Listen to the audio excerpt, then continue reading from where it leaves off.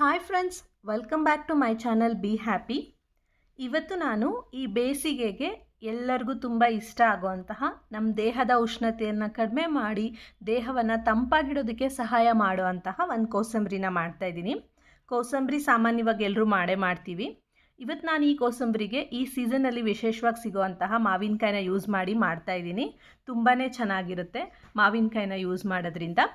So ನನ್ನ ಚಾನಲ್ನ ಇನ್ನೂ ಯಾರೆಲ್ಲ ಸಬ್ಸ್ಕ್ರೈಬ್ ಮಾಡ್ಕೊಂಡಿಲ್ಲ, ಪ್ಲೀಸ್ ನನ್ನ ಚಾನಲ್ನ ಸಬ್ಸ್ಕ್ರೈಬ್ ಮಾಡ್ಕೊಳ್ಳಿ.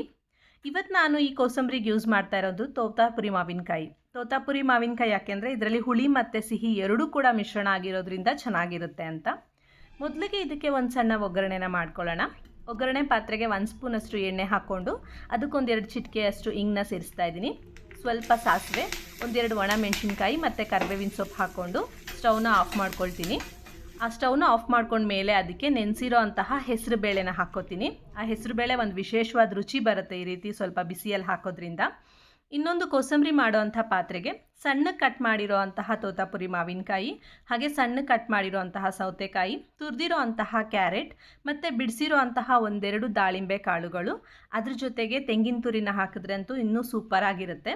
ಮತ್ತು ಸಣ್ಣಗೆ ಕಟ್ ಮಾಡಿರೋ ಅಂತಹ ಕೊತ್ತಂಬರಿ ಸೊಪ್ಪನ್ನ ಹಾಕ್ಕೊಂಡು ನಾವು ಒಗ್ಗರಣೆ ಮಾಡಿಟ್ಕೊಂಡಿದ್ವಲ್ವ ಹೆಸರು ಬೇಳೆ, ಒಣ ಮೆಣಸಿನ್ಕಾಯಿ ಮತ್ತು ಕರಿಬೇವಿನ ಸೊಪ್ಪು, ಆ ಒಗ್ಗರಣೆನ ಕೂಡ ಇದರೊಳಗೆ ಇವಾಗ ಮಿಕ್ಸ್ ಮಾಡ್ಕೋಬೇಕು. ಮತ್ತು ರುಚಿಗೆ ಎಷ್ಟು ಅಗತ್ಯ ಇದೆಯೋ ಅಷ್ಟು ಉಪ್ಪನ್ನ ಸೇರಿಸ್ಕೊಳ್ತಾ ನೀಟಾಗಿ ಈ ಒಂದು ಕೋಸಂಬರಿನೆಲ್ಲ ಚೆನ್ನಾಗಿ ಮಿಕ್ಸ್ ಮಾಡಿಕೊಂಡ್ರೆ ತುಂಬ ಟೇಸ್ಟಿಯಾಗಿರೋ ಅಂತಹ ಒಂದು ಸೈಡ್ ಡಿಶ್ ಕೋಸಂಬರಿ ಅಥವಾ ಸಲಾಡ್ ರೆಡಿ ಆಗುತ್ತೆ. ಈ ಸಮ್ಮರಲ್ಲಿ ಇದು ತುಂಬ ಸ್ಪೆಷಲ್ಲು, ಯಾಕೆಂದರೆ ಸಾಮಾನ್ಯವಾಗಿ ಎಲ್ಲರ ಮನೆಯಲ್ಲೂ ಸಮ್ಮರಲ್ಲಿ ಕೋಸಂಬರಿ ಮಾಡ್ಕೊಳ್ತೀವಿ. ಸೌತೆಕಾಯಿ ತುಂಬ ತಂಪು ಅಂತ ಹೇಳಿ ಸೌತೆಕಾಯಿನ ಯೂಸ್ ಮಾಡಿಕೊಂಡು. ಮತ್ತು ಇನ್ನೊಂದು ವಿಶೇಷತೆ ಏನಪ್ಪ ಅಂತಂದರೆ, ಯಾರೆಲ್ಲ ಡಯಟ್ ಮಾಡೋದಕ್ಕೆ ಅಂತ ಹೆಚ್ಚು ಆಸಕ್ತಿ ಹೊಂದಿರ್ತಾರೆ ಅಂಥವರು ರೈಸ್ ಕ್ವಾಂಟಿಟಿ ಅಥವಾ ಚಪಾತಿ ಮುದ್ದೆ ಏನು ತಿಂತೀವಿ ಆ ಕ್ವಾಂಟಿಟಿನ ಕಡಿಮೆ ಮಾಡಿಕೊಂಡು ಈ ಕೋಸಂಬರಿನ ಯೂಸ್ ಮಾಡುವಂಥ ಕ್ವಾಂಟಿಟಿನ ಜಾಸ್ತಿ ಮಾಡ್ಕೋಬಹುದು. ಇದರಿಂದ ನಮ್ಮ ಬಾಡಿಯಲ್ಲಿ ಕೊಲೆಸ್ಟ್ರಾಲ್ ಕೂಡ ಕಡಿಮೆ ಆಗುತ್ತೆ. ಯಾಕೆಂದರೆ ಸೌತೆಕಾಯಲ್ಲಿ ಹೆಚ್ಚಿನ ನೀರಿನಂಶ ಇರೋದ್ರಿಂದ ಅದು ಬಾಡಿಯಲ್ಲಿ ಹೆಚ್ಚು ಕೊಲೆಸ್ಟ್ರಾಲ್ ಸ್ಟೋರ್ ಆಗೋದನ್ನು ಕಡಿಮೆ ಮಾಡುತ್ತೆ.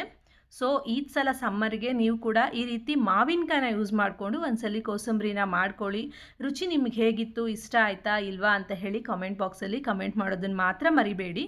ಯಾಕೆಂದರೆ ಈ ಕೋಸಂಬರಿ ತುಂಬಾ ಟೇಸ್ಟಿಯಾಗಿರುತ್ತೆ. ನೀವು ಇದನ್ನು ಯಾವುದಕ್ಕೆ ಬೇಕಾದರೂ ಸೈಡ್ ಡಿಶಾಗಿ ಯೂಸ್ ಮಾಡ್ಕೋಬಹುದು, ಅಷ್ಟು ಚೆನ್ನಾಗಿರುತ್ತೆ. ಇದನ್ನು ನೀವು ಬೇಕಾದರೆ ರೈಸ್ ಬೇಳೆ ಸಾಂಬಾರಿಗೆ ಜೊತೆಗೆ ಯೂಸ್ ಮಾಡ್ಕೊಳ್ಬಹುದು. ಇಲ್ಲಾಂದರೆ ಸಪ್ರೇಟಾಗಿ ಈವ್ನಿಂಗ್ ಟೈಮಲ್ಲಿ ಸ್ಕೂಲಿಂದ ಬಂದಾಗ, ಆಫೀಸಿಂದ ಬಂದಂಥ ಸಂದರ್ಭಗಳಲ್ಲಿ ಹಾಗೇ ಮಾಡ್ಕೊಂಡು ತಿನ್ಬೋದು. ತುಂಬ ಚೆನ್ನಾಗಿರುತ್ತೆ. ಸಮ್ಮರಲ್ಲಿ ತುಂಬಾ ಹೆಲ್ಪ್ಫುಲ್ ಆಗಿರೋ ಅಂತಹ ಈ ಒಂದು ಡಿಲಿಷಿಯಸ್ ಆಗಿರೋ ಅಂತಹ ಕೋಸಂಬರಿನ ನೀವು ಕೂಡ ಮಾಡ್ಕೊಂಡು ತಿನ್ಕೊಳ್ಳಿ. ನಿಮ್ಗೆ ಇಷ್ಟ ಆದರೆ ಈ ವಿಡಿಯೋಗೆ ಲೈಕ್ ಮಾಡೋದನ್ನು ಮರಿಬೇಡಿ. ಹಾಗೆ ಇನ್ನೂ ಯಾರೆಲ್ಲ ನನ್ನ ಚಾನಲ್ನ ಸಬ್ಸ್ಕ್ರೈಬ್ ಮಾಡ್ಕೊಂಡಿಲ್ಲ, ಪ್ಲೀಸ್ ನನ್ನ ಚಾನಲ್ನ ಸಬ್ಸ್ಕ್ರೈಬ್ ಮಾಡ್ಕೊಳ್ಳಿ. ಮತ್ತೆ ಇನ್ನೊಂದು ವಿಡಿಯೋ ಜೊತೆ ಸಿಗ್ತೀನಿ. ಅಲ್ಲಿ